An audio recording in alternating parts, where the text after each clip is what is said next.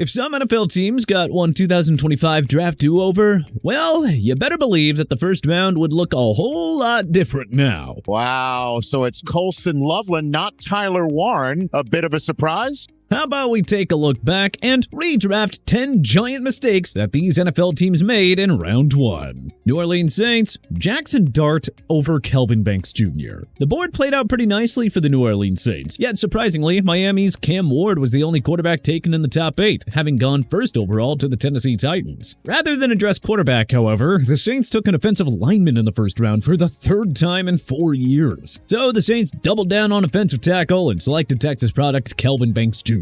Hey, don't get us wrong, Banks has been okay in his rookie year for the Saints, but that's kind of it. Now, there is time to change the narrative, but as of right now, it sure feels like passing on Jackson Dart was the opportunity that got away. The offensive line's an issue. I just wonder who's going to be playing quarterback for this football team moving forward. Dart has shown some flashes of stardom on a lousy New York Giants team that had to bench Russell Wilson after 3 starts. And remember, Dart is doing this with superstar wideout Malik Neighbors out for the season. It's not a stretch to think that Dart would do wonders in a New Orleans offense featuring Alvin Kamara, Chris Olave, Rashid Shaheed, and Juwan Johnson. You'd have a better supporting cast and O-line compared to what Dart is working with in New York. Passing on Dart has to sting New Orleans right now. The one bright side, though, is they'll have plenty of hot QB prospects to choose from in the 2026 draft. Las Vegas Raiders, Armand Membu over Ashton Genty. Initially, we fully endorsed the Raiders taking Genty at number 6 overall. It was the ideal win-now move for a team that had just hired Pete Carroll and traded for Pro Bowl quarterback Geno Smith. Or at least,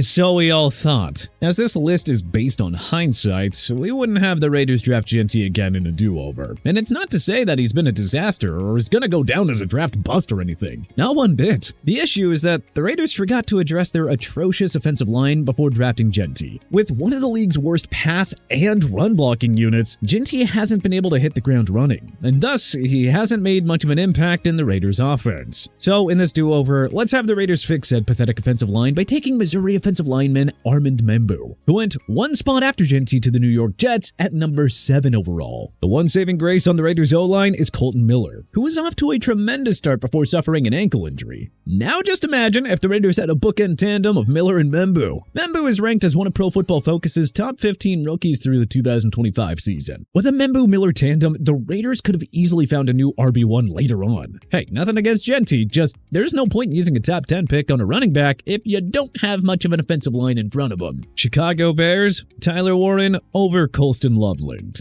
It was a mild surprise when the Bears selected Loveland with the number 10 pick. For one, they already had a quality tight end in Cole Kmet on the roster. DJ Moore and Rome Odunze, along with eventual second-round pick Luther Burden III, would give Caleb Williams more than enough firepower to work with. So realistically, Chicago addressed a position that wasn't in need whatsoever. And yeah, sure enough, Loveland has not at all come as advertised. Loveland missed 1 game with a hip injury, but still had only 5 receptions for 54 yards on 9 targets over his first 4 games. What's really weird is that Kmet is also enduring a down year statistically, and yet Loveland has not taken that opportunity to step up at the tight end spot. Meanwhile, Penn State tight end Tyler Warren, drafted 4 spots after Loveland at number 14 overall, has immediately emerged as a difference maker for the Indianapolis Colts. On a receiving core with Michael Pittman Jr., Josh Downs, and Alex Pierce, Warren has become Indy's number 1 pass catcher, and his efforts have helped Daniel Jones enjoy a breakout season in Shane Steichen's offense. Warren is currently on pace to become just the 4th rookie tight end to eclipse 1,000 yards receiving. So,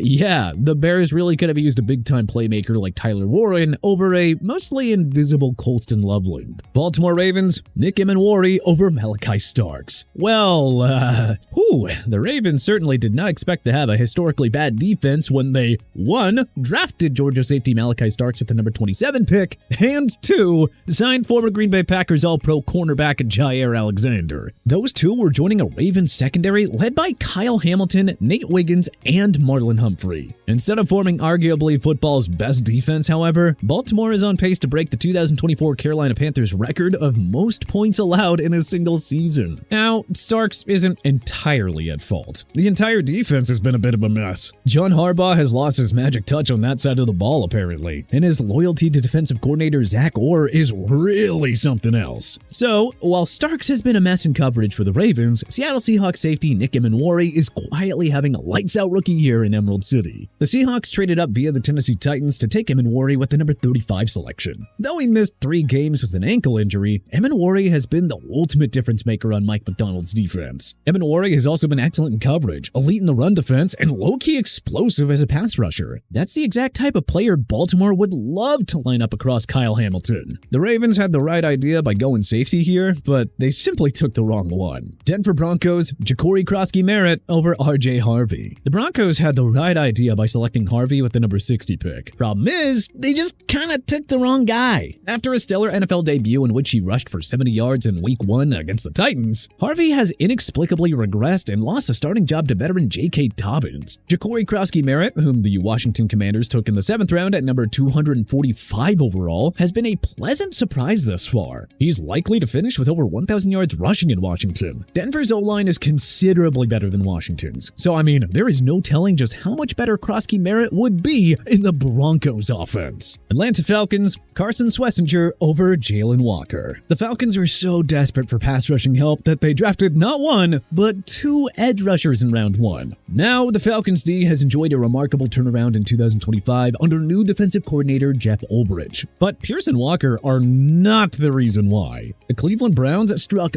gold when they took UCLA linebacker Carson Swessinger with the number 33 pick. Swessinger has stood out as one of the league's best run defenders, sure, but he boasts one of PFF's lowest missed tackle rates and has been an under-the-radar quality pass rusher. Yeah, the Browns aren't winning much on the field this year, but the long-term outlook on the D is sure bright with Swessinger, Graham, and Myles Garrett. Cincinnati Bengals, Will Johnson over Shamar Stewart. Regarded as one of the ultimate boomer-bust prospects of this draft, Stewart was the 3rd defensive end taken in the class, going 17th overall to the Cincinnati Bengals. And as everyone knows, Stewart and the Bengals engaged in a lengthy contract dispute that wasn't resolved until July 25th. That caused him to miss valuable practice time, and well, it clearly shows. Stewart has been practically invisible on the helpless Bengals defense. And I mean, considering that they were supposed to be in win-now mode with Joe Burrow, this already feels like a wasted pick on Cincinnati's end. Now, what if the Bengals passed on Stewart and took Michigan corner Will Johnson? He only fell into round 2 at number 47 overall to the Arizona Cardinals because of injuries. But hey, the Redbirds took the risk and it's paid off. Johnson has emerged as one of the league's top shutdown corners and ball hawkers on an otherwise disappointing Arizona team. Cincinnati's pass defense is again among the worst in all of football. Surely an elite corner would make a greater difference than Stewart. Miami Dolphins, Emeka Egbuka over Kenneth Grant. We know what some of you will say about hindsight, but man, the Dolphins' decision to draft Kenneth Grant at number 13 overall never made sense to us. Oh, and of course, Grant has been a giant liability in Miami's run defense, as evidenced by a PFF grade that lands in 30s. Anyway, as bad as Tua Tagovailoa has been this year, we're sure it would have been a whole lot better with Emeka Egbuka. I mean, even if Tyreek Hill didn't suffer a season-ending injury, the Dolphins' offense was kind of awful before, and Tyreek clearly does not want to be in Miami any longer. So with his age, hefty contract, and injury history, the Dolphins could have built an offense around Egbuka and Waddle and then move on from Hill in the offseason. Egbuka is currently having a lights-out rookie year on the Tampa Bay Buccaneers, emerging as their #1 receiver amid injuries to Mike Evans and Chris Godwin. Pittsburgh Steelers, Matthew Golden over Derek Harmon. As good as the Steelers look under Aaron Rodgers, we still don't really know why they were content heading into the season with DK Metcalf as their only proven receiver. The Steelers have arguably football's best front seven led by TJ Watt. So using the number 21 pick on Oregon defensive tackle Derek Harmon was, well, it was a choice. He's only really been used as a rotational piece and is graded out as a sub-50 player at PFF. Meanwhile, Green Bay Packers rookie Matthew Golden, taken 2 picks after Harmon, has wasted no time contributing. Even in a crowded Packers offense that runs through Josh Jacobs, Golden's put up good numbers and has an outside shot of hitting 1K receiving. Dallas Cowboys, Jahad Campbell over Tyler Booker. Hey, the good news? The Dallas Cowboys offense has been as good as ever under Dak Prescott. The bad news? Well, the defense absolutely stinks without Micah Parsons. If only Jerry Jones had known at the draft that Parsons wouldn't be on his roster this year. Well, guess what? Booker's missed time with an ankle injury, but was shaky in the game that he played before getting hurt. Meanwhile, they watched the arch-rival Philadelphia Eagles snag do-it-all linebacker Jahad Campbell with the number 31 pick. And though the Eagles D has taken a step back this year, the Alabama rookie has been a beast across the board for Vic Fangio's unit. But hey, which other 2026 NFL draft do-overs would an NFL team take? What do you think we're right on here? What do you think we're wrong about? What suggestions would you make? Let us know in the comment section below.